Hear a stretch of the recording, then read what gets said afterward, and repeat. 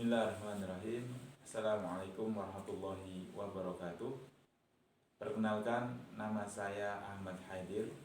Saya adalah mahasiswa PPG dalam jabatan 2022 di PLTK Universitas Islam Negeri Raden Masais Surakarta, Jawa Tengah. Insya Allah pada kesempatan kali ini saya akan melaksanakan praktek pembelajaran pada mata pelajaran fikih bab konsep ijtihad dalam Islam. Demikian, kurang lebih maaf. Alhamdulillahirabbil. Wassalamualaikum warahmatullahi wabarakatuh. Bismillahirrahmanirrahim. Assalamualaikum warahmatullahi wabarakatuh. Waalaikumsalam warahmatullahi wabarakatuh.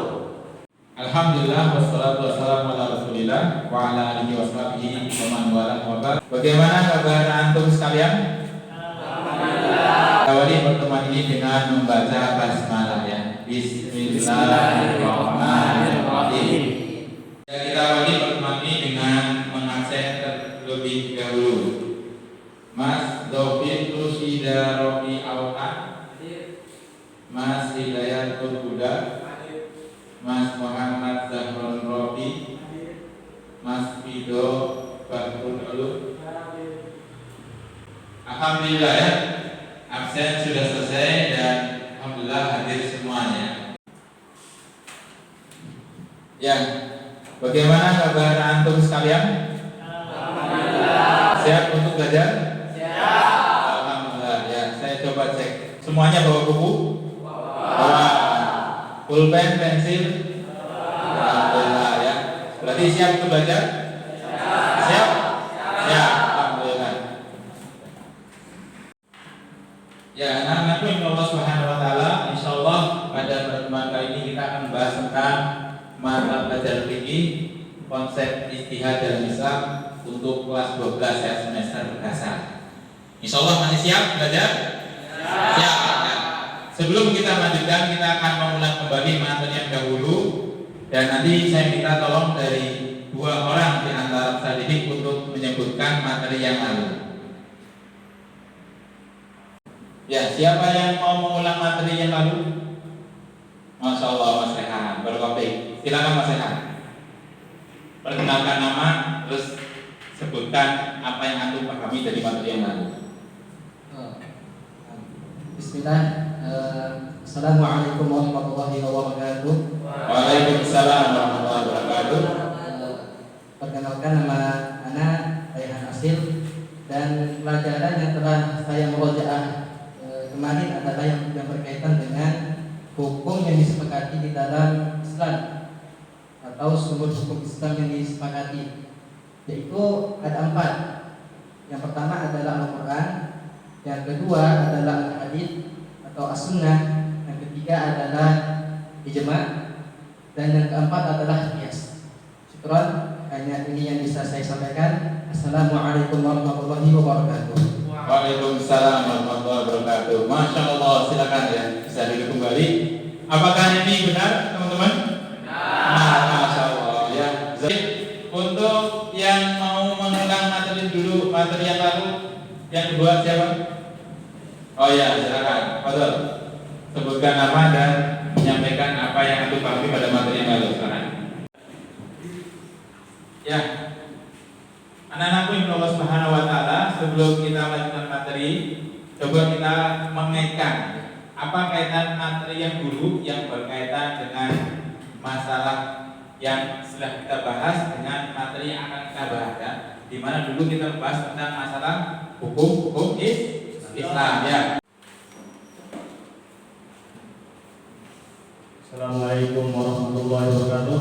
Waalaikumsalam warahmatullahi wabarakatuh. Itu agama yang diridhai Allah Subhanahu wa Ta'ala adalah agama Islam.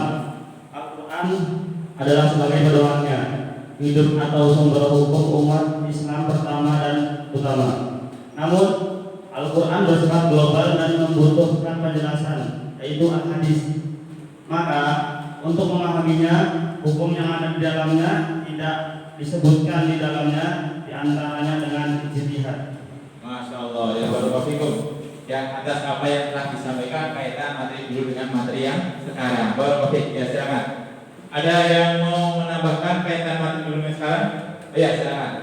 Saya mengenal diri dulu ya. Assalamualaikum warahmatullahi wabarakatuh. Waalaikumsalam warahmatullahi wabarakatuh.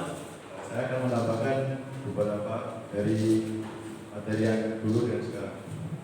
Kaitan antara materi sumber hukum Islam dengan konsep ijtihad dalam Islam adalah bahwa di dalam memahami sumber hukum Islam, maka seseorang membutuhkan adanya kemampuan berpikir yang diiringi dengan adanya dalil baik Al-Quran dan As-Sunnah. Di antara metode berpikir itu adalah metode ijtihad, di mana metode ijtihad sangat dibutuhkan oleh umat untuk menentukan hukum yang tidak dijelaskan secara terperinci dalam Al-Quran dan Al-Hadis.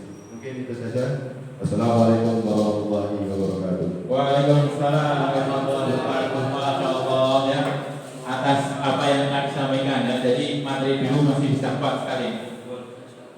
Anak-anakku yang Allah Subhanahu Wa Taala, sebelum kita membahas tentang materi yang akan kita sampaikan, kita harus tahu apa manfaat dari materi yang kita bahas ya. Bahwasanya konsep ijtihad dalam Islam itu memiliki manfaat. Pertama, dengan kita memahami ijtihad, kita bisa memilih siapa orang yang berhak untuk kita terima ijtihadnya.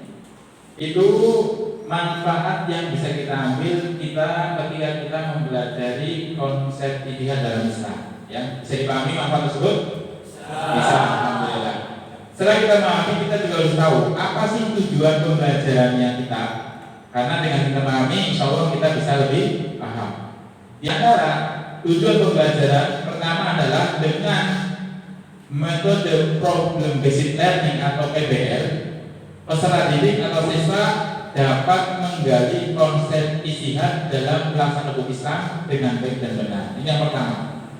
Yang kedua, melalui model problem based learning, peserta didik dapat menyelidiki konsep ijtihad dalam pelaksanaan hukum Islam dengan baik dan benar. Ya, itu semua adalah apa? Tujuan pembelajaran kita, dan semoga Allah memberikan tujuan ini kepada kita semuanya ya. Amin ya rabbal alamin. Nah, sebelum kita melanjutkan pembelajaran, kita mencoba untuk sedikit merefresh ya. Kita akan mencoba tebak gambar ya. Nanti caranya antum akan berikan gambaran, akan kita berikan gambar, satu menebak apa sih gambar ini. Ya, yang pertama gambar apa nih Mas? Saku. Apa? Saku. Sama ayam. Oh, saku sama ayam. Saku ayam. Berarti apa nih? Maksudnya apa nih?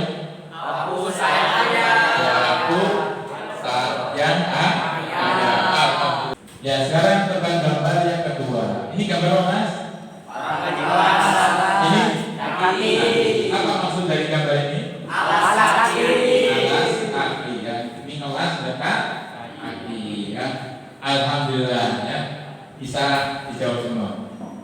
Ya, setelah kita bisa menjawab pertanyaan gambar ini, kita lanjut lagi materi yang akan kita sampaikan. Masih siap? Siap. Alhamdulillah. Anak-anak Allah Subhanahu Wa Taala, insyaallah kita akan melanjutkan materi kita. Sebelum kita lanjutkan, kita coba melihat dan mengamati tayangan video berikut ini. Dan saya harap diperhatikan dan bisa diambil pelajaran yang ada dalam video tersebut. Ya, ini videonya.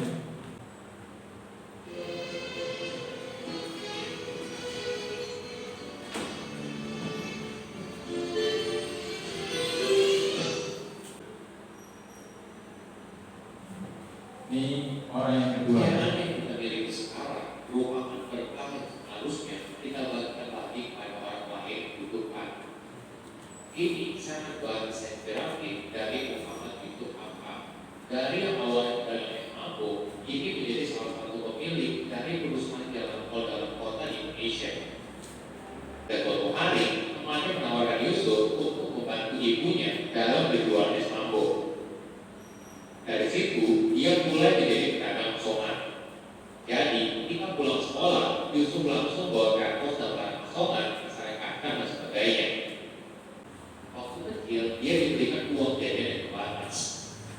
bercerita, dulu dia harus menabung hingga seminggu untuk membeli aspirin. Keadaan ini buat Yusuf mulai berotak. Buahnya dan cita-cita mulia ini dimulai sejak tahun 2017. Saat itu, Yusuf bangun masjid di kolong-kolong layar dan Priok. Proyek ini pun terus berlanjut di beberapa wilayah yang lain. Tentu saja, Yusuf sadar di usianya yang tinggal lagi muda, belum tentu dia mampu menunaikan amanat pada buku intensitas. Ini yang ketiga ya, ketiga. عن أبي الخطاب عن أبي حمزة ألم تنظر إلي أنا؟ يا شيخنا إنها المرة الأولى التي تذكر لنا الواقع الحديث في كنيته وليس بأسئلة. أردت أن أختبركم لأعلم هل تعرفون الرواة بالكنية كما تعرفونهم بالأسماء أم لا؟ إني يفضل tentang mengenai sebagai seorang arsitek. Kerjaku itu mendesain dan merancang bangunan untuk kalian. Aku lebih mendesain dan merancang bangunan agar sesuai fungsi dan mulai estetika loh. Nah, baik, sekarang coba kita lihat ya gambar yang ada di PowerPoint ini. Ini ada orang 1, 2, 3, 4. Nanti dari 4 orang ini antum kerjakan ya. Nanti kita akan bagikan lembar kerja peserta didik sehingga dengan lembar didik itu antum bisa paham apa jawaban yang pertama, kedua, ketiga dan keempat. Saya dipahami insyaallah? Ya, sekarang saya akan membagikan lembar kerja peserta didik atau istilah LKPD. Nanti Anda bagikan, terus antum perhatikan dan cermati LKPD tersebut ya.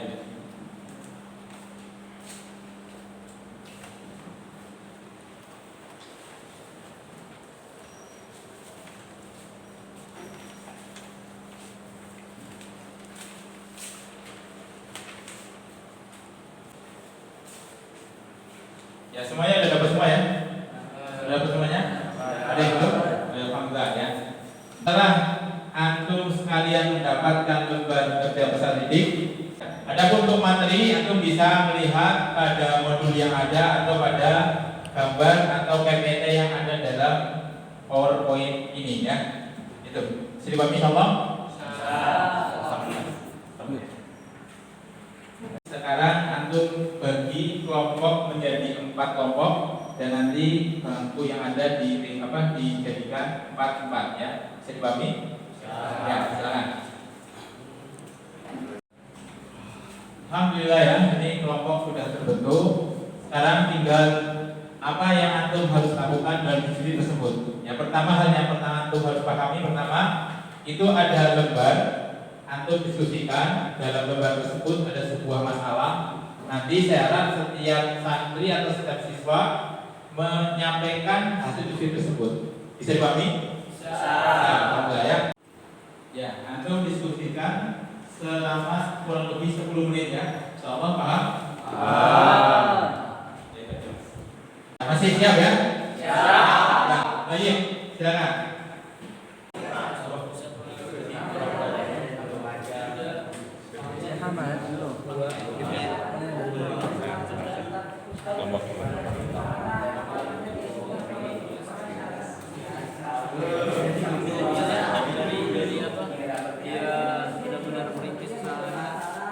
Namun dia tidak bisa dikatakan ijtihad karena termenuhi syarat-syarat tersebut.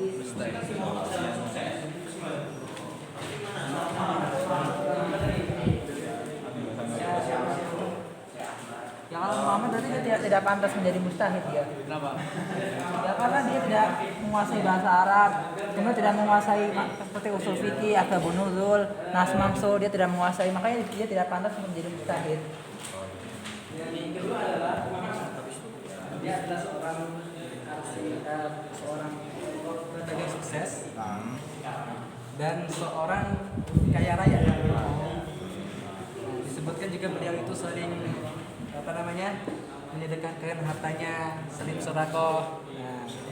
Jadi mungkin kita harus bisa Ya, alhamdulillah ya. waktu sudah menunjukkan kurang lebih 10 menit. Ya silakan. Sekarang saya minta setiap kelompok untuk mempresentasikan hasil diskusi tersebut. Bisa dipahami? Bisa. Masih semangat? Masih. Ya silakan untuk kelompok pertama. Siapa yang wakil? Iya. Sebutkan nama dan nama kelompoknya. Silakan. Bismillah. Assalamualaikum warahmatullahi wabarakatuh. Waalaikumsalam warahmatullahi wabarakatuh. Nama saya Sinar Mahiri dari kelas 12A dan saya perwakilan dari kelompok 1 dan anggota kelompok pertama yaitu Abdurrahman, Diandra, dan David Musda. Iya. Syekh Ahmad adalah orang yang berilmu luas. Beliau telah mempelajari dan mendalami agama Islam.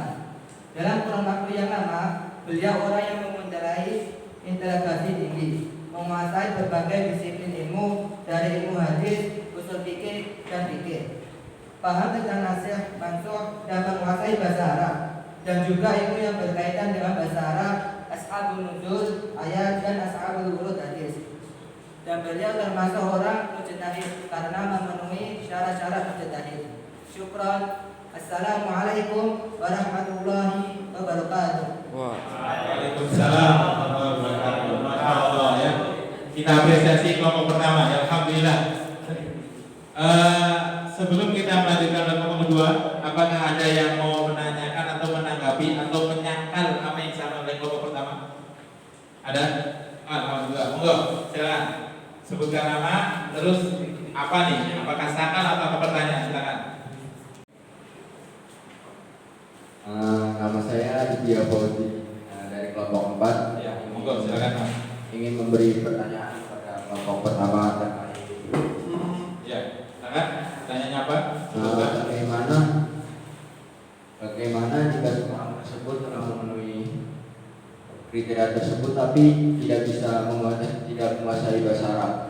Ya, sudah cukup? Oh, Subhanallah Barukum atas pertanyaannya. Masya Allah. Ini kelompok pertama siap untuk menjawab? Ya, terima kasih atas pertanyaannya dari Mas Fauzi ya. Sekarang siapa yang mau menjawab dari pertanyaan Mas Fauzi dari kelompok pertama? Ya, silakan. Ya, sebutin nama dan sebutkan jawabannya. Silakan. Assalamualaikum warahmatullahi wabarakatuh. Waalaikumsalam warahmatullahi wabarakatuh. Nama saya Abdurrahman. Saya akan menjawab pertanyaan dari kelompok 4. Dari pertanyaan tersebut bahwa di situ dia tidak bisa bahasa Arab, berarti bukan orang yang mujtahid. Ya. Syukur. Sepakat nih yang lain? Jadi dia tidak termasuk seorang mujtahid. Sepakat? Mas Fauzi bisa diterima ini pertanyaan jawabnya? Insyaallah. Ya, alhamdulillah. Ya, sekolah besar Mas Abdurrahman. Jazakumullah khairan. Ya. Siap yang kelompok kedua? Siap. Ya, alhamdulillah. Masih semangat? Semangat. Nah, silakan lanjut kelompok yang kedua mengenalkan kelompoknya. Silakan. Bismillah. Assalamualaikum warahmatullahi wabarakatuh. Waalaikumsalam warahmatullahi wabarakatuh. Nama saya Findo Manulu. Saya akan menyampaikan hasil diskusi kelompok 2. Yang Muhammad adalah seorang pedagang yang sukses dan kaya raya dan orang yang terpandang di desanya. Karena ia adalah orang sukses dalam usaha dagangnya dan dia sudah menunaikan ibadah haji. Akan tetapi Muhammad ini tidak paham tentang agama Islam ini. Bahkan dari pendidikan pun Muhammad tidak punya latar belakang pendidikan agama ataupun pondok pesantren. Muhammad ini adalah bukan seorang mujtahid. Alasannya apa? Karena tidak memenuhi syarat-syarat mujtahid. Ya, syukur Assalamualaikum Mas Ulum. Baik. Ya, Masya Allah. Ada yang sepakat dengan apa yang beliau sampaikan? Sepakat? Sepakat? Oh ya, ya. Ada nih, Mas Sohibul Rizki. Sepakat atau Anda menanyakan sesuatu? Ingin bertanya. Oh, ingin bertanya, silakan. Ya. Siap-siap ya, kelompok ketiga. Ya, kelompok 2. Silakan. Assalamualaikum warahmatullahi wabarakatuh. Waalaikumsalam warahmatullahi wabarakatuh.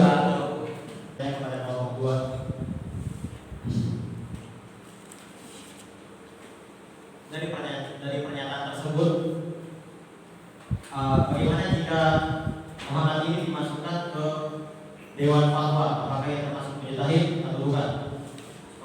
Assalamualaikum warahmatullahi wabarakatuh. Waalaikumsalam warahmatullahi wabarakatuh. Masya Allah ya, pertanyaannya berbobot sekali. Monggo dari kelompok kedua ada yang mewakili untuk jawab. Oke, jadi saya ingin menjawab dari pertanyaan Mas Sohib. Ya, monggo. Walaupun dia dimasukkan ke Dewan Fatwa, dia tidak bisa dikatakan mujtahid karena pada dasarnya dia tidak masuk dalam agama Islam dan dia tidak memenuhi syarat-syarat sebagai mujtahid. Masya Allah, oke. Bisa diterima jawabannya Mas Muhid? Bisa ya, silakan ya. Alhamdulillah, Masya Allah ya. Tadi Mas Sohibul Rizki telah menanyakan dan aku Al-Karim sudah menjawab pertanyaan tersebut dan semuanya sepakat ya. Sekarang lanjut diskusi yang ketiga untuk mempresentasikan ya. Kelompok ketiga Pak. Sekarang lanjut kelompok ketiga untuk mempresentasikan hasil diskusinya. Silakan. Ya. Bismillah. Saya Ahmad Nawar Putra dari kelompok 3 yang beranggotakan Ananda Ilmi Rizki, Sohibul Rizki, dan Hidayat Muda.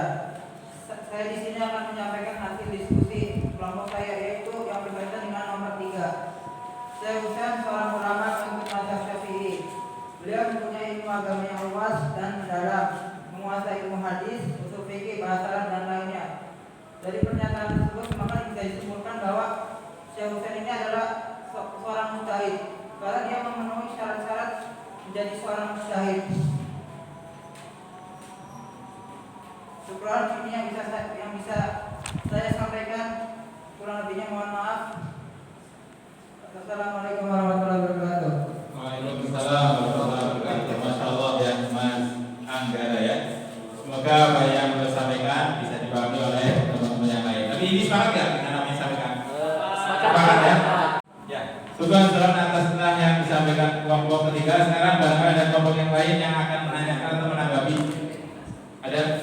Oh, alhamdulillah. Belum bisa mengangkat diri dan menanyakan atau menanggapi apa yang disampaikan kelompok tiga sekarang. Bismillah. Perkenalkan, nama saya Muhammad Zaman. Saya dari kelompok sini ingin bertanya tentang pernyataan tersebut. Pertanyaannya adalah bagaimana seseorang ulama mengikut dari mazhab Hambali apakah dia termasuk mujtahid atau tidak? Kemudian Assalamualaikum warahmatullahi wabarakatuh. Waalaikumsalam warahmatullahi wabarakatuh. Ya silakan. Pertanyaannya apakah ketika seseorang bermazhab Hambali tapi dia belum ya memenuhi persyaratan yang lain, apakah dia juga dikatakan mujtahid? Silakan. Ya, masya Allah. Kalau Ya, saya akan menjawab pertanyaan yang diberikan kelompok 4. Ya, walaupun beliau berbeda mazhab, tapi jika beliau masuk syarat mujtahid maka dia termasuk mujtahid. Oh, masya Allah. Namanya siapa ya? Ananda Ilmi. Oh, Ananda. Ya, Bapak Mafi. Silakan ya. Apa yang dijawab oleh beliau? Apakah kita sepakat? Alhamdulillah ya. Jadi ketika beda mazhab pun ketika memenuhi syarat masih dikatakan mujtahid. Lanjut presentasi kelompok yang terakhir yaitu kelompok yang keempat. Silakan.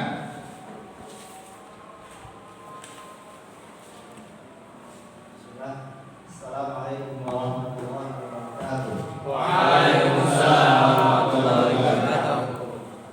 Nama saya Rosin Masrullah dari kelompok 4 ingin menyampaikan hasil diskusi kami dari pernyataan yang keempat, yaitu Pak Budi adalah seorang arsitektur. Dia termasuk lulusan terbaik dalam program studi di kampusnya dan dia memiliki kemampuan intelijensi yang tinggi. Di samping itu, dia juga aktif dalam kegiatan kemakmuran masjid, sehingga dia jarang menjadi ketua Dewan Kemakmuran Masjid di tempat tinggalnya. Dia juga sudah berhaji, akan tetapi dia tidak paham bahasa Arab kecuali dengan menanyakan kepada ahlinya. Maka Pak Budi di sini bukan termasuk dari mujtahid menurut diskusi kami hari ini. Syukran. Sekian dari kelompok 4. Assalamualaikum warahmatullahi wabarakatuh.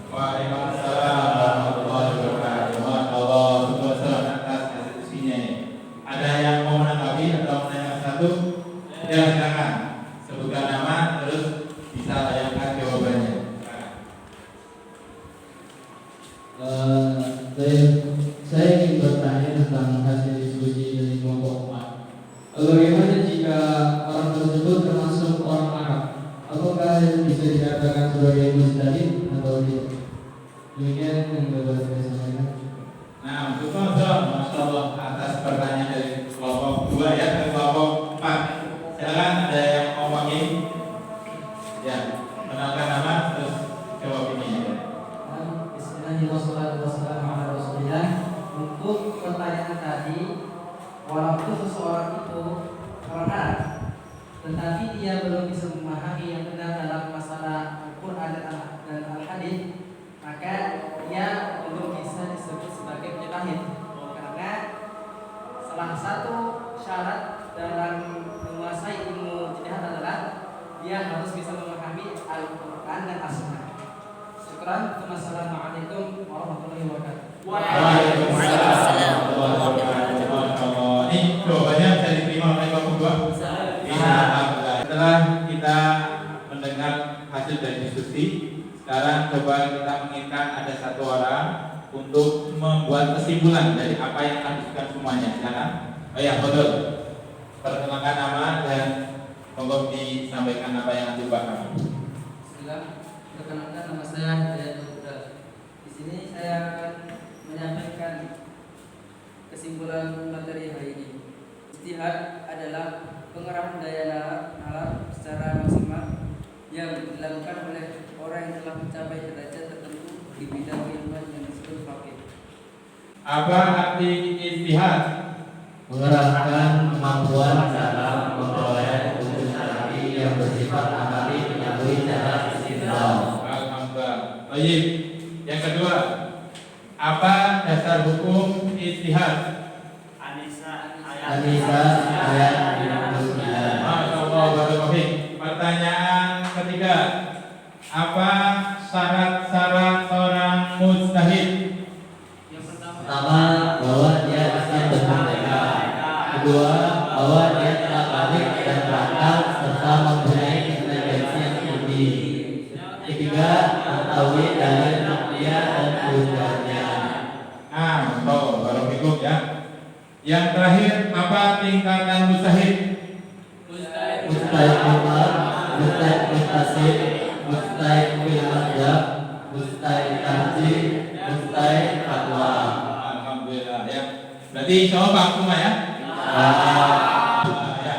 Sekarang ini ada evaluasi selanjutnya. Coba kita lihat di layar PPT ya, silakan, atau yang ada di layar. Nah, kita lanjut pada evaluasi. Kita lihat yang ada di layar. Saya akan bacakan dan atur jawab ya.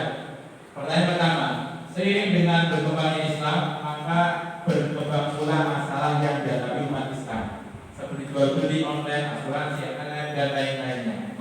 Namun demikian, kata Al-Quran dan Al-Hadis dimadamnya sebagai sumber hukum. Untuk mengatasi masalah tersebut, ada satu metodologi atau cara dalam Islam untuk menentukan suatu hukum yang disebut apa? Ijtihad. Betul? Betul? Pertanyaan kedua, salah satu pengertian ijtihad adalah mengerahkan kemampuan dalam memperoleh hukum syar'i yang bersifat amali melalui cara istinbat. Definisi ini adalah untuk siapa? Imam Ash-Shawkani. Asado berwafik ya. Alhamdulillah ya. Soal evaluasi antum telah jawab dan semuanya biasa. Semangat. Saya mau nanya nih, apa kesan antum dengan metode yang kita praktekkan ini? Berkesan atau tidak berkesan? Berkesan. Ya, semoga kita dapat bermanfaat. Dan sekali lagi saya pesan materi yang akan datang yaitu berkaitan dengan konsep madhab dalam Islam. Antum buka, antum siapkan sehingga kita bisa siap di pertemuan yang datang. Siap? Ya. Saya tutup pertemuan ini dengan doa kafaratul majlis.